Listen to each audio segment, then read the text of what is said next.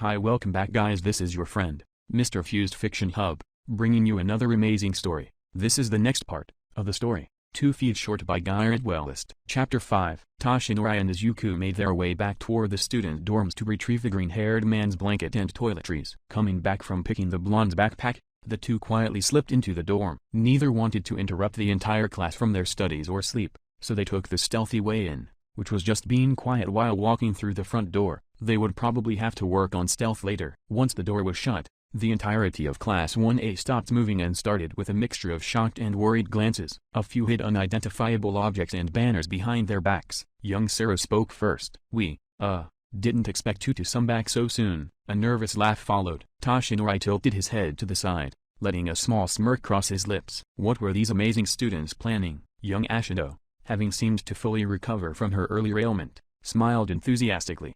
I guess there's no point in hiding it now. She held up the too long banner that held the words "It's not bad to be old." A surprise party for Izuku then? A surprise party? Izuku exclaimed. A few nods confirmed the blonde's suspicion. They really were good kids to do something like this for their fellow classmates. Of course, young Ruroka responded with a slight blush. We noticed that you were struggling a lot this morning, so we wanted to make you feel better. We were actually trying to figure out how to get All Might here too. Toshinori easily showed his surprise. Me? Why? He couldn't help from asking. Young Ruroka gave him a sad look. Because you got your age all messed up too. The blonde noticed everyone's eyes on him and wanted to shrink. Why did he ask? Oh, of course, I apologize for ruining the surprise. He gave his best smile. It wasn't nearly as convincing as it could have been. Well, it was still a surprise. At least the cake's done. Young Sato added with a large smile, holding up a more than impressively decorated cake. It had his signature hair with Izuku's hero name underneath. It made his stomach twist and he smiled. Young Hagakure gently took Toshinori's hand and led him toward the celebration. He couldn't hide his amusement. There were a few balloons and the decorations were half up. All in all, the party looked nice. He had never been once for a bit crowded events, but this one called to him. He really wanted a taste of that cake too. I'd love to stay, but my mom wanted us over a broken bar, Izuku stuttered out. Oh, right. They still had to go to the Midraya's house. Toshinori tried not to deflate at that and avoided looking at the delicious dessert. I'm afraid Midraya is correct. She specifically called for our presence. He sounded too old. Young Todoroki gave them a skeptical look, opening his mouth to say something but decided against it. It was probably for the best. Well, at least take some cake with you. It's super unmanly to waste cake like that. Young Kirishima smiled, sharp teeth making his grin shine brighter. They really were great kids. Yeah, we have the whole weekend to watch movies and play games. Go enjoy your family. Deku. Young Uraraka smiled. With a smile, the green-haired man rubbed at his neck. Thanks guys. Could I take some cake for my mom? She'd probably get jealous if we didn't share. Toshinori found the image hilarious. The short, sweet, round woman getting upset over unshared sweets. He would probably get mad too. Of course, there's probably enough for Mr. Datezawa too. Sato smiled, already serving up 3 plates. That's a great idea, Sero chimed. Everything blurred together as they prepared to leave. Bukagu had stayed at the edge of the couch, sulking for some unknown reason. Toshinori took a photo of the beautiful cake on his phone and talked with many students while waiting for Izuku to finish collecting his belongings. Todoroki had approached him at one moment, looking at him with that same skeptical look. Why are you both going to Izuku's house? Are you ...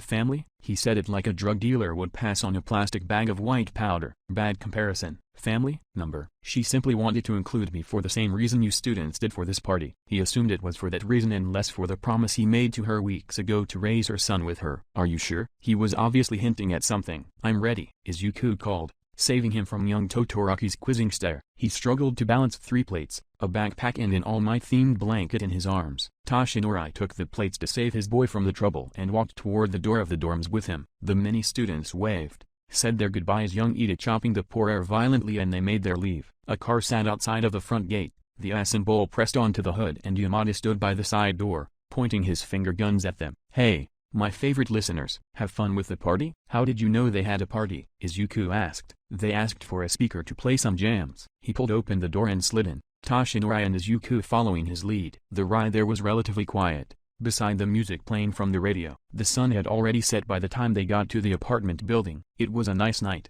Be careful, guys. I don't want either of you getting kidnapped by some shady dudes. Ya dig? Yamada slid his orange glasses down his nose to look at them in the eyes. Of course. Present Mix-sensei. Izuku smiled and waved before the car drove away. Toshinori's nerves started running high again. His anxiety seemed to get worse with every step up the stairs, but Izuku didn't seem to notice. He was smiling. He likely hadn't seen his mother since he had moved into the dorms. The blonde tried to trust in Izuku's easy smile to calm his nerves. If his boy was perfectly fine with this, then so could he. Izuku tried turning the knob but laughed when it wouldn't open. I don't have a key with me.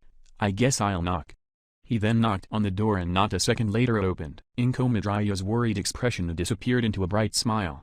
She stepped forward and hugged her man-turned son, dragging him into the apartment. She then started crying, babbling about how tall he was, how much muscle he had and how well he aged. She kissed his scarred hands and rubbed at his matching face. She sat him down on the couch and ran to the kitchen to set out cups of tea. Toshinori awkwardly followed them, assuming she wouldn't be angry with him for allowing himself in. He wasn't sure if he should sit next to Izuku or stay hidden in the hall to allow them their space. He would likely be easily forgotten for a good few minutes before Izuku remembered he was invited to their sleepover. The thoughts made his now healthy heart ache, but he ignored it. He wouldn't overstep his invitation. That was not his mother and this was not his home. Trying to be useful, he slipped his backpack off and placed it against the wall. He kept his phone away, knowing how rude it would be to check his texts and calls during something like this. He wouldn't need his blanket or pillow until they slept, so he left his belongings there and watched from the hall. Inko was sitting across from her son, trying to wipe away the tears as she searched every inch of him. He continuously confirmed that he was unharmed and didn't need any special care. She was pleasantly surprised by the plate of cake. Are you trying to get me to break my diet? She accused in a teasing tone. She was on a diet. He wasn't completely sure why she needed one. There really wasn't anything wrong with a big extra weight,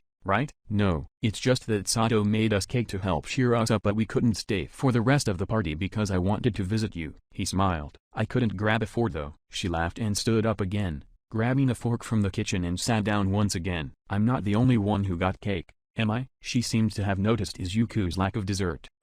We brought 3 plates. So broken bar. Izuku spotted the blonde boy peeking out at them from the hall. Now that he thought about it, it was creepy to watch someone from behind a wall. He should have just sat down. Izuku's curious look beckoned Toshinori over. At least he came bearing cake. Oh, Inko gasped. He didn't need to look at her to know she was staring. He looked quite different from himself as All Might and even further from the Toshinori Yagi they had gotten used to. He was far younger than the media had ever seen him and he could only hope that it wasn't a bad thing. Here, he muttered and pushed the plates onto the table, not feeling quite as hungry for cake now. His stomach was too busy flipping and twisting with nerves. He couldn't bring himself to smile through it. He decided to look away from the entire scene instead. He could hear a plate clack against the wooden table and a fork scrap against the ceramic glass. Toshinori hoped they wouldn't ask him if he wanted his piece. If he never touched it, then it could go to someone else without the worry of germs. A loud sniff pulled his gaze back to the family beside him. Curiosity winning his better judgment, or maybe winning his insecurity. Inko was crying again. Toshinori's posture straightened at the sight and he tried to make sense of it. Why would she be crying again? Could you come here? Her voice wobbled out of her mouth and beckoned him toward the other couch. Once close enough, she hesitated before touching his shorter but still quite long bangs. He then touched his chin lightly and dared to caress his cheek, like a mother would after their child fell in the mud. Look at you. She smiled. You're so well, young. She giggled and whipped at her now puffy eyes. I mean, you're short for once. I like it.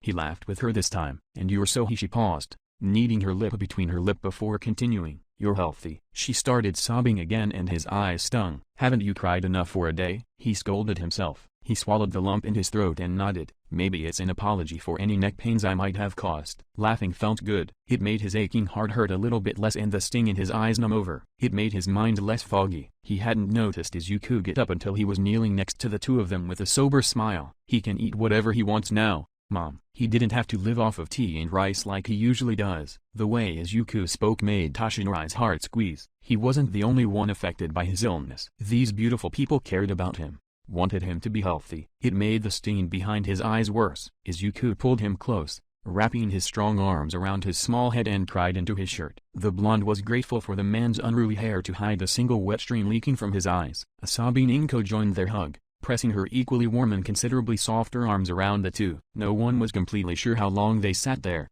hugging and crying, but it didn't matter. Izuku lied when he said he had little experience in pillow fort making. The structure that he had built was large enough for all three of them with some wiggle room. They had pulled the couches back, the coffee table pushed against the wall and a single stick keeping their tent up. It was somewhat creepy, seeing his own face smile at him from above, but he figured he'd get used to the sight by the time they had to sleep.